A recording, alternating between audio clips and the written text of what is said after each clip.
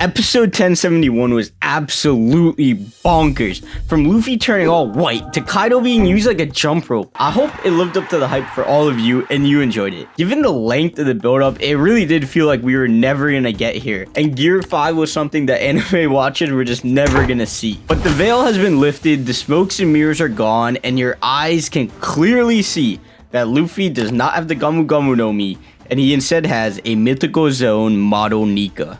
With that being said though, we're going to be discussing the fruit, how it pertains to Luffy, and how it affects Luffy going forward.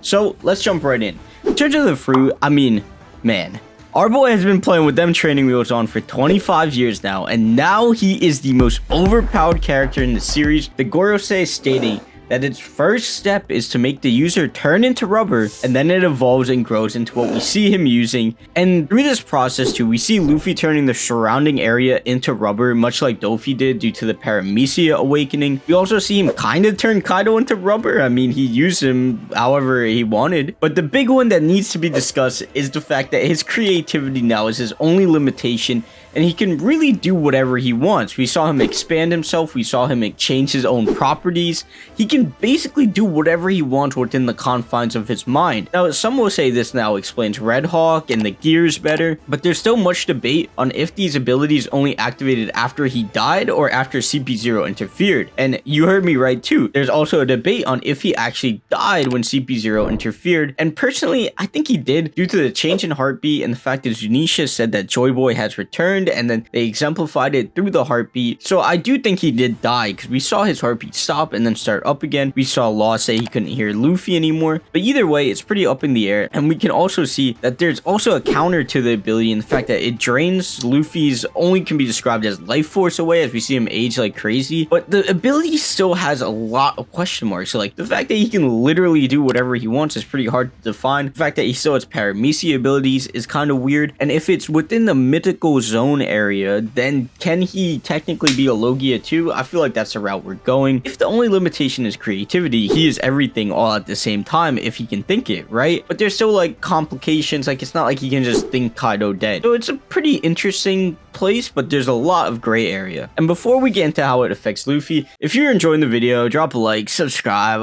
it would really help out. Now, in terms of Luffy, I mean, come on guys, does a power-up make any more sense than this one? Luffy is one of the most creative and honestly just mentally insane and bizarre characters in anime. Giving him an ability to express himself can only lead to more insane moments. And I'm sure some of you felt it was a little too Looney Tunes-like, and honestly, it was pretty Looney Tunes-like. And when the manga dropped, we all kind of felt the same way. But honestly, I really wanted to see him use it in other situations, like when he's just goofing around with Usopp and Zoro and just being a straw hat, messing around. I think it would lead to a lot of fun moments like that. But in case you didn't know, before 1044, a lot of manga readers were speculating that the power-up was actually going to be a resin fruit switch due to some of the panels in Sabity and Red Hawk and the mystery of the gears, that there was just some connection there, that it was apparently a resin fruit based off one of Oda's favorite panels that really didn't really make much sense. And the other big theory was that it was going to be Gear 4 Tiger Man, which I believe was powered through cover stories and myths of Wano with Yamato and Momo, and it was based off that. But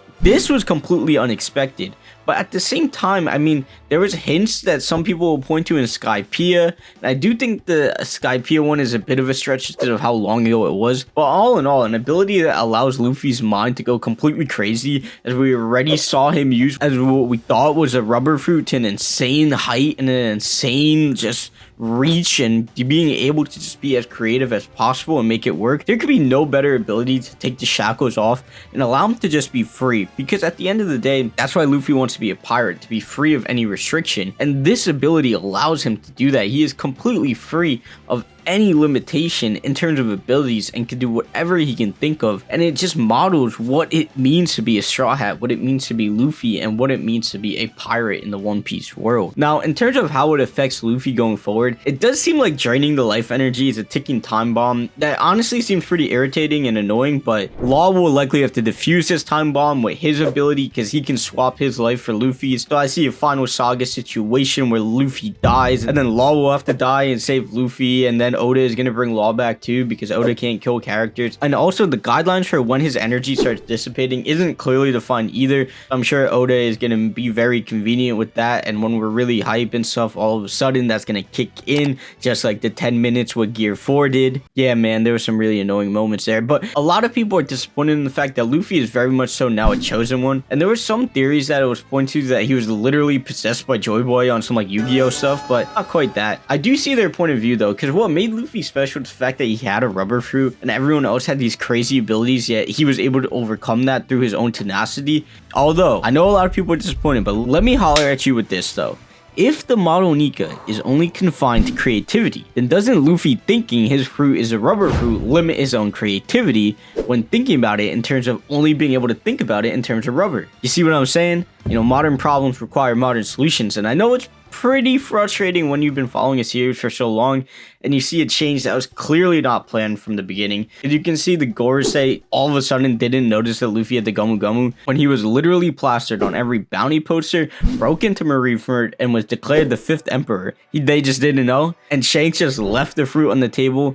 And with Oda's writing style, he may give these explanations later, but I do think Oda just wanted to inject some hype into the story, inject a great change. In terms of pure Devil Fruit abilities, I mean, come on, like this is perfect for Luffy. And I'm sure after watching this episode, it may not fully have been what you were expecting, but hey, at least you were entertained, and we can break it down in the coming weeks. But for now, live in the moment and live in the hype, because in terms of our entertainment, I think it's pretty safe to say that Luffy got us covered. We're gonna make sure we have a lot of fun while watching him use Gear 5. And honestly, like how we were saying this whole video, Gear 5 perfectly fits Luffy. We're gonna see him do crazy things with it, and yes, the explanation and lore may not click, but at the end of the day, it's gonna be extremely hype. And with that being said, I hope you enjoyed this video. If you did, leave a like, subscribe, and check out some of my other videos. And don't forget, we're just getting started, we're gonna stay consistent, and I will see you in the next video.